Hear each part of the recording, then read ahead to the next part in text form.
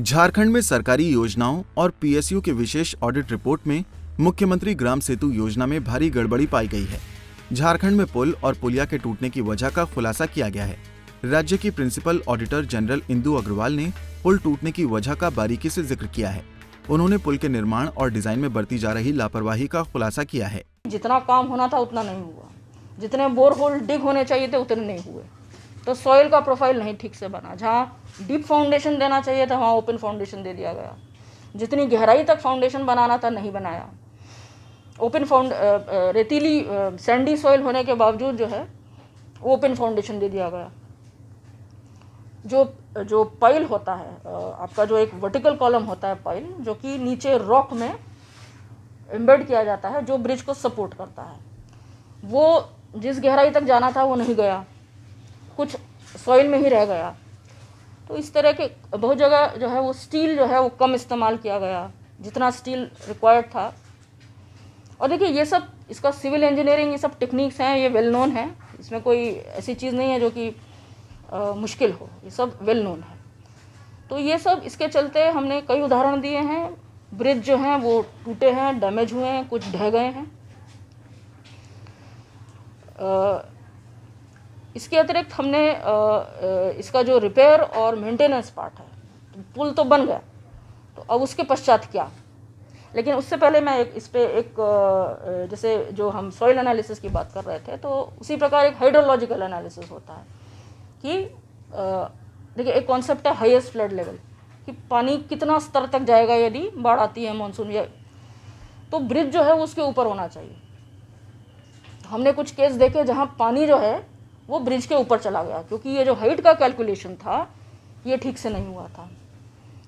कुछ केसेस में हमने देखा कि एक ही चीज़ का अलग अलग कैलकुलेशन किया गया है, अलग अलग टाइम पर, एक ही नदी पर, कैचमेंट एरिया वगैरह, और वो उसको टेक्निकल सैंक्शन में मिला। और इससे जुड़ी एक बात ये भी है कि एक जो डिज़ाइन सेल जो होता है, जो होना चाहिए, वो नहीं है चीफ इंजीनियर के ऑफिस में। इसी में तो जो है क्या हो रहा है कि जो आपको वेटिंग, जो आपको प्रॉपर एक्सपर्टीज़ चाहिए वेटिंग करने के लिए, तो जो भी डीपीआर कंसल्टेंट देते हैं वही एक्सेप्ट कर ली जाती है और टेक्निकली सैंक्शन हो जाती है। वहीं प्रिंसिपल ऑडिटर जनरल ने बताया कि एक पुल को कम से कम 20 साल तक तो जरूर चलना चाहिए था, लेकिन बिना रखरखाव के भी पुल टूट रहे हैं। उन्होंने बताया कि पुल निर्माण करने वाली कंपनी के साथ हुए कॉन्ट्रैक्ट में मेंटेनेंस का कोई क्लॉज ही नहीं जोड़ा गया है। जो है ये सबका स्टोरी इसमें है, तो वो आप उसमें पढ़ सकते हैं कि कब बना कब ढहा।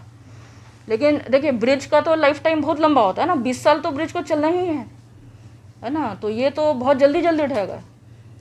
उसके मेंटेनेंस का कोई प्रावधान नहीं है। जैसा मैंने बताया, पीएमजीएसवाई में जो है वो करीब 2.4% ऑफ कॉस्ट ऑफ ब्रिज, उसका प्रावधान रहता है ब्रिज के मेंटेनेंस के लिए। यहाँ पर कोई प्रावधान नहीं किया गया है।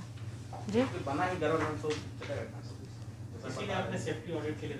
जी जी जी हमने जी क्योंकि देखिए हम, जैसा मैंने बोला, हम तो टेस्ट ऑडिट कर सकते हैं। हमने कुछ ब्रिजेस सैंपल किए और उन ब्रिजेस के बेसिस पर हमने एक रिपोर्ट बनाई।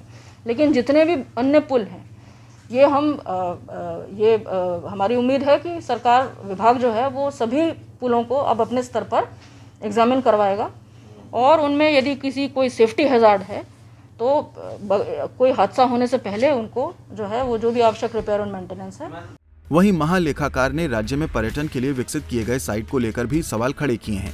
उन्होंने बताया कि सरकारी राशि से बनाए गए भवनों और संसाधनों का लाभ निजी लोग उठा रहे हैं। जेटीडीसी ये जो प्रॉपर्टीज जो बनाए गए हैं, ये किसी भी प्रकार का सर्वे करके या टूरिज्म पोटेंशियल को असेस करके नहीं बनाए गए। झारखंड टूरिज्म पॉलिसी आई 2015 में। वहाँ पर उस पॉलिसी में ये लिखा था कि आपको एक मास्टर प्लान बनाना है टूरिज्म के लिए। आपको जो टूरिज्म साइट्स आपके हिसाब से पोटेंशियल साइट्स हैं, वहाँ पर आप उनका सर्वे करके असेस कीजिए कि वहाँ कितना, उनका क्या पोटेंशियल है, वहाँ कितने टूरिस्ट के आने की संभावना है, वहाँ किस तरह की फैसिलिटीज़ क्रिएट करने की आवश्यकता है।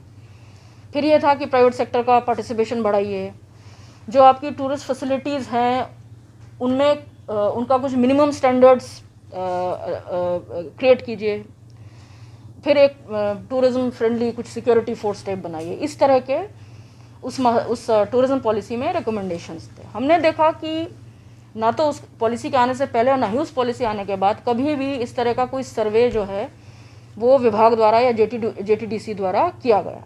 साफ है कि सरकार की खामियों का एक तरह से महालेखाकार ने खुलासा कर दिया है। इसलिए गलत काम करने वाली कंपनी को ब्लैक लिस्टेड करना चाहिए और गलतियों को ठीक करना चाहिए।